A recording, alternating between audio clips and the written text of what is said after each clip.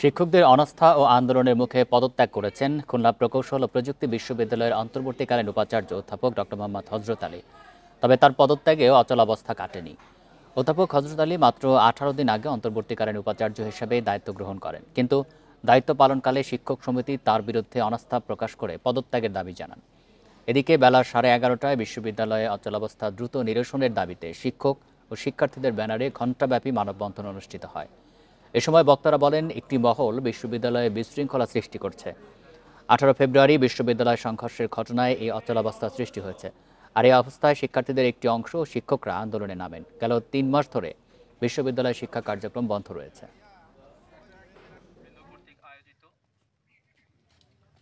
এই ঈদে জামা জুতো অ্যাক্সেসরিজের ডিসকাউন্ট।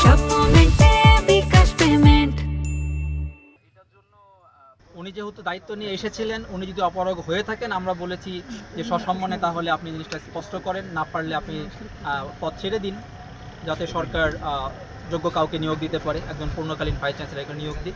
এবং একই সাথে আমরা সরকারের কাছে দাবি জানাচ্ছি যে একজন কুয়েট বান্ধব, যোগ্য এবং পূর্ণকালীন ভাইস চ্যান্সেলর নিয়োগ দিয়ে কুয়েটের সংকট নিরসনে ওনারা দ্রুত উদ্যোগ নেবেন।